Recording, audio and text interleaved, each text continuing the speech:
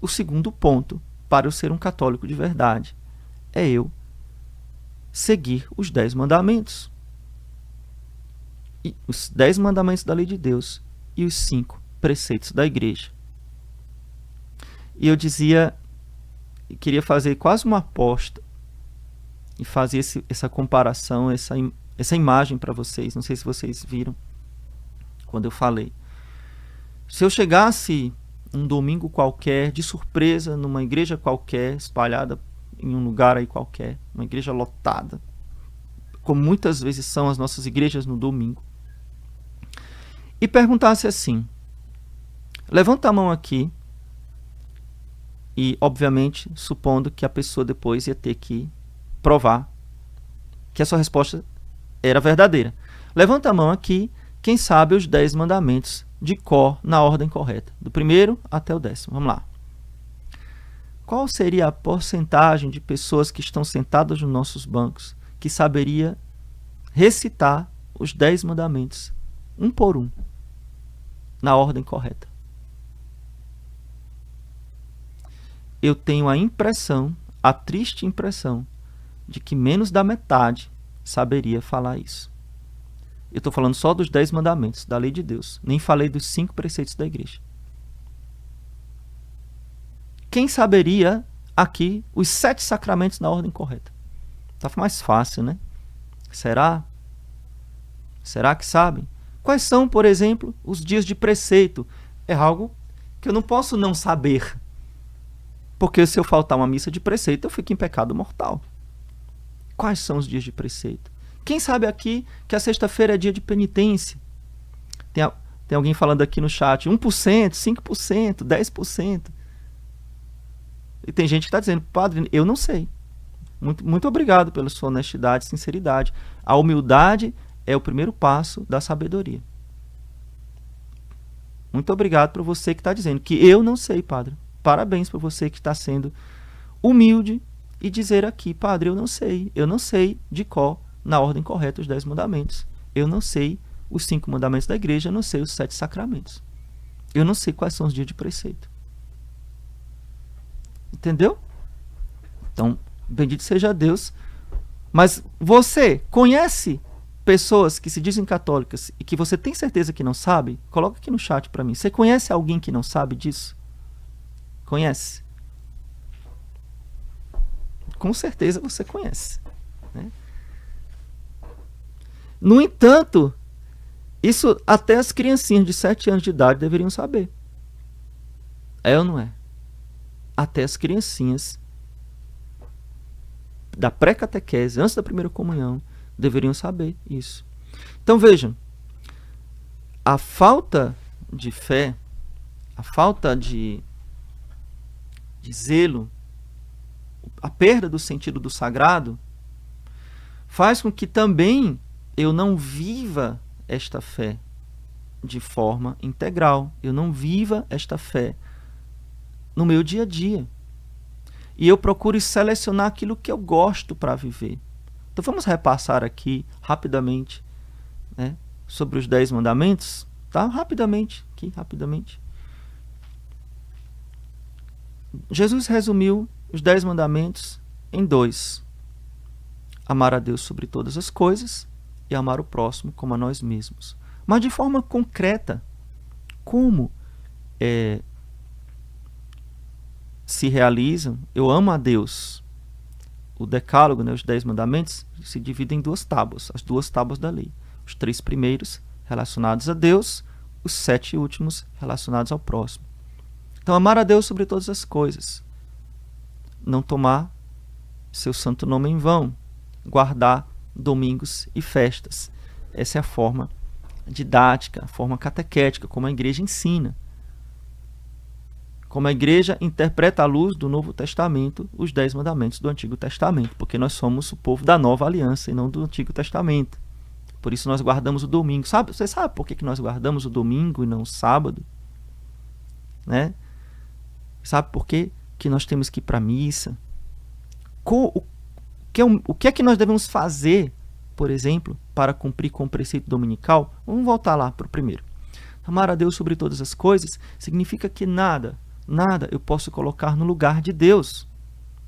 Nenhuma pessoa, nenhum bem material, nem a minha carreira, a minha honra, nem a minha vida. Deus acima de tudo. Deus acima de tudo.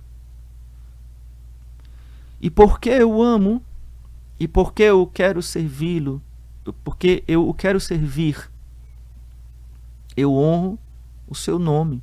O nome de Deus representa Deus. O que é que significa honrar o nome de Deus? Não tomar o santo nome de Deus em vão. Veja, eu posso dizer piadinhas com a sua mãe? Não, né? Eu posso xingar o seu pai? Sei lá, pensa numa pessoa que se ama muito, seu marido, sua mulher, seus filhos. Eu posso fazer piadinhas com eles? Xingá-los? Óbvio não. Óbvio que não. Por quê? Ah, pelo amor de Deus, né? Porque senão você vai querer bater em mim. Porque você vai defender aquela pessoa que você ama. Então, honrar o nome de Deus, não tomar o santo nome de Deus em vão, eu vou falar aqui rapidamente, só para a gente recordar. Significa o respeito que eu tenho ao nome de Jesus, ao nome de Deus, às coisas santas, inclusive aos objetos sagrados, aos santos, ao nome dos santos, às coisas sagradas, aos lugares sagrados, por exemplo. O respeito que eu devo ter na igreja, o respeito que eu devo ter com as coisas da missa, o respeito que eu devo ter com o próprio nome de Jesus, o nome de Deus. Porque eu amo. Todas essas coisas decorrem do amor. O guardar domingos e festas. Meu Deus, me lembro os ensinamentos do Santo Curadares, todos os santos, a respeito do repouso dominical. Lei de Deus. Domingo eu não trabalho. Ou pelo menos não trabalho para o meu próprio benefício, porque eu falando assim, né, o padre é quem mais trabalha no domingo, né? Mas eu trabalho para Deus, eu sirvo a Deus, posso servir a minha paróquia, vou lá ajudar lá na quermesse, vou lá ajudar lá na música, vou lá ajudar em tantas coisas. Mas o domingo é do Senhor, é o dia do Senhor. Os dias santos são os dias do Senhor. Então eu sei honrar o dia do Senhor? Ou será que o dia do Senhor é aquele dia em que eu tiro só para mim, fazer as minhas coisas, e por acaso eu vou para a missa, mas se eu estiver tão cansado porque fui para a praia, fui não sei para onde, então eu não vou. Com quanta facilidade as pessoas deixam de ir para a missa. É impressionante. É impressionante. Mas por que as pessoas deixam de ir para a missa com facilidade? Por que elas não cumprem este mínimo que é ir para a Santa Missa? Porque não creem na Eucaristia. Simples. Simples. Vamos lá. Se eu dissesse que Jesus em pessoa, olha, ele vai aparecer visivelmente na sua humanidade, em pessoa, ele vai aparecer próximo domingo, 8 horas da noite. Perdão, 8 horas da manhã, aqui na rua tal, número tal. Você acha que ia caber de gente se a gente anunciasse que Jesus ia aparecer 8 horas da manhã, no endereço tal, no próximo domingo? Pois bem, por que as pessoas faltam à missa? Ou por que elas simplesmente cuidam das suas vidas, estão lá no churrasco, assistindo o seu programa, esquecem da hora? Porque não acreditam que ali na Eucaristia está Jesus. Simples assim. Entendeu? Então vamos lá. Continuando para a gente não demorar demais. Honrar pai e mãe. Quantas pessoas que se dizem católicas, mas que não têm o mínimo de respeito pelos seus pais. Aquelas nossas tradições cristãs de pedir a bênção, né, de chamar de senhor. Antigamente, né, os meus pais chamavam os meus avós de senhor, de senhora, pedir a bênção. Às vezes até beijava a mão. Mas também o respeito que se tem com as autoridades. Quando eu falo autoridades, eu estou falando da autoridade da igreja, as autoridades legítimas.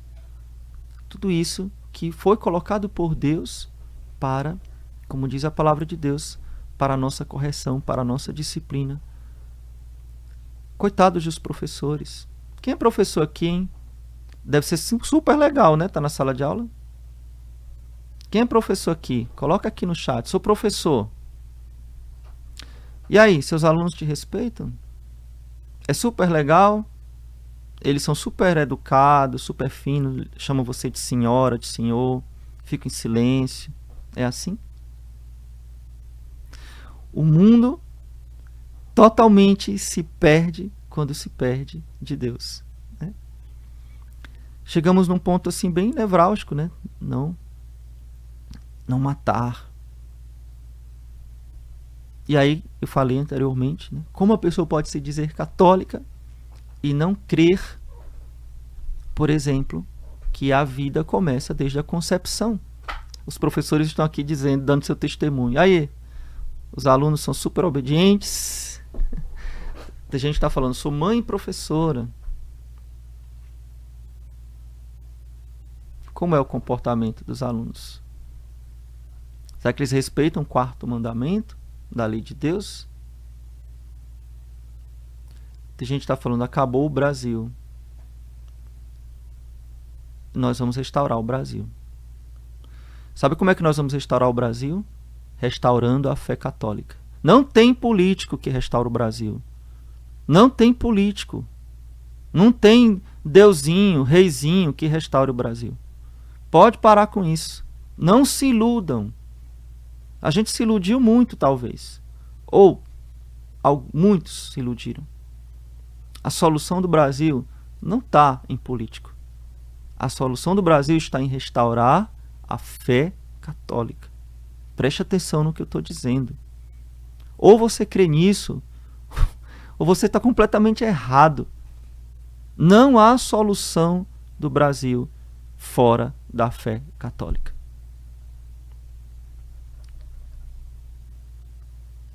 É a fé católica que vai restaurar a nossa nação, restaurar a nossa sociedade, restaurar as nossas famílias. Então, quando a gente fala de não matar, respeitar a vida desde a concepção, e aqui eu vou falar algo muito... Está ligado não matar, e vou ligar já com o sexto mandamento, não pecar contra a castidade. Meu Deus, como pode ser uma pessoa dizer-se católica e aceitar em alguma hipótese o aborto? Aceitar em alguma hipótese. O estupro, não sei o quê. Como anencéfalo. Pelo amor de Deus, você não é católico. E aqui eu já ligo com outro mandamento, não pecar contra a castidade. Como pode ser alguém se dizer católico e não saber que a igreja proíbe os métodos anticoncepcionais? Camisinha, DIU, pílula. É pecado mortal. Porque você está impedindo a vida. E pior, o DIU, por exemplo, e as pílulas também, você está causando abortos ocultos. Você está matando seus filhos. E pecando, por tabela, também contra a castidade. Porque o ato conjugal dentro do matrimônio só é lícito se for aberto à vida.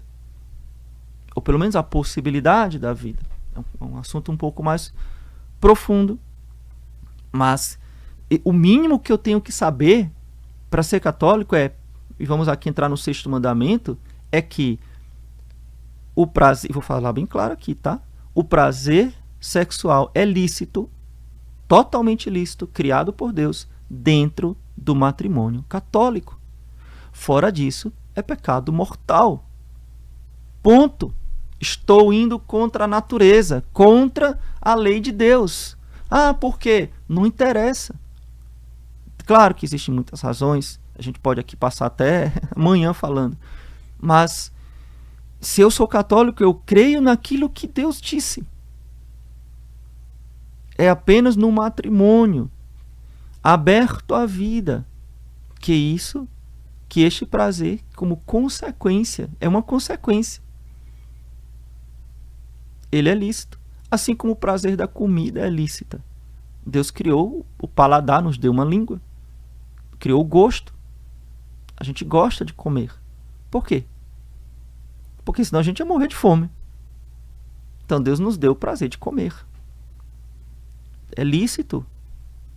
Agora, abusar daquilo que Deus nos deu, tirar o sentido da coisa. Por exemplo, como faziam os romanos, os bacanais antigos, eu comia até não poder mais pelo prazer que o gosto causava na boca. E depois, quando não aguentava mais, tinha uns vasos assim, chamados, não sei exatamente o nome técnico, mas é um vomitório. Então ele ia botar um dedo na goela, vomitavam para voltar e continuar comendo. Por quê? Porque o importante não era a comida, mas o prazer que a comida dava. Entende? É o ápice, é o absurdo, é o cúmulo da gula, né?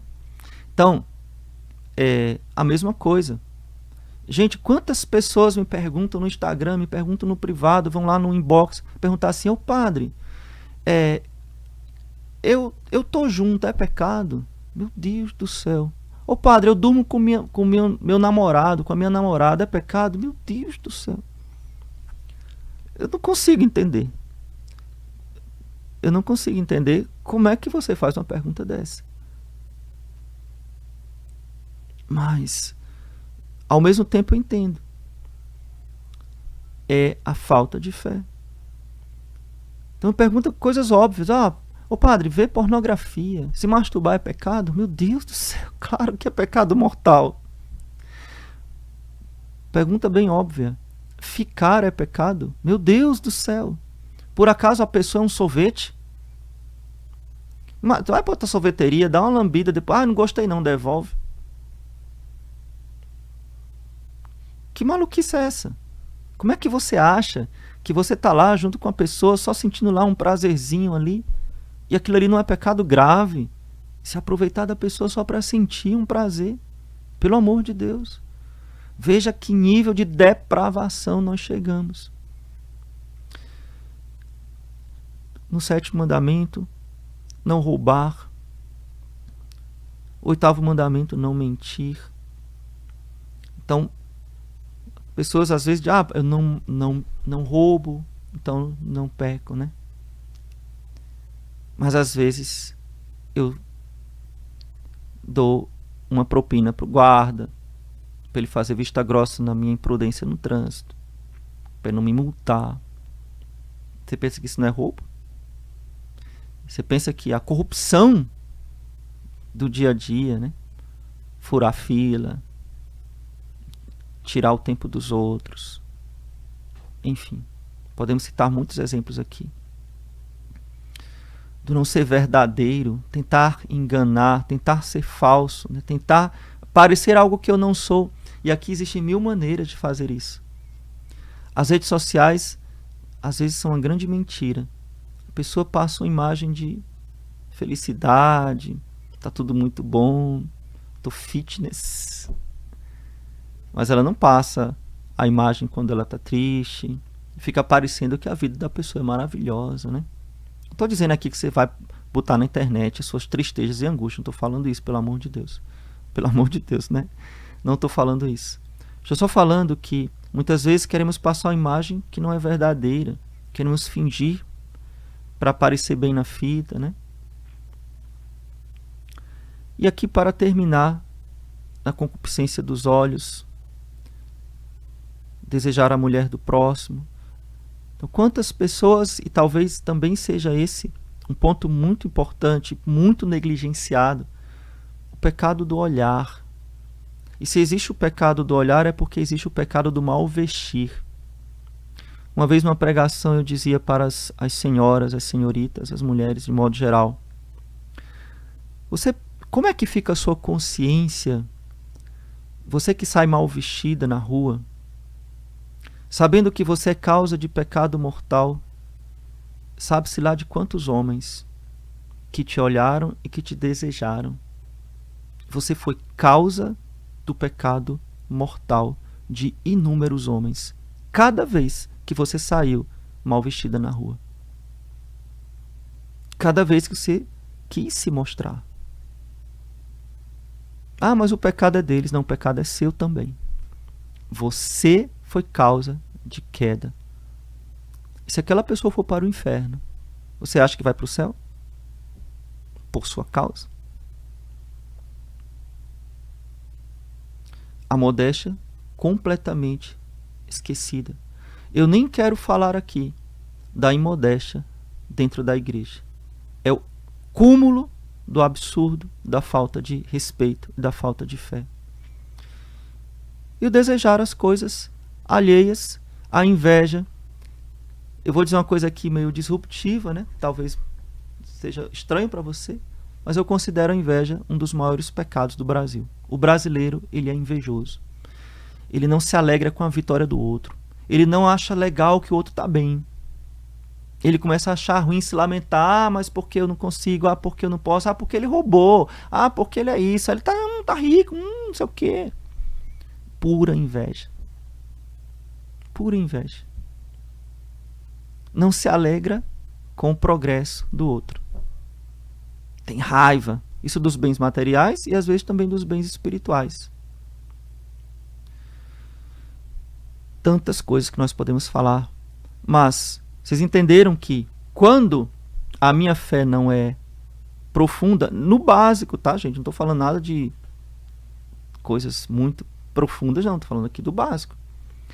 Consequentemente, eu não vivo isso aqui nos 10 mandamentos. Consequentemente, eu não vivo essa fé na minha vida. E eu vou acabando achando que estou bem e vou me perdendo.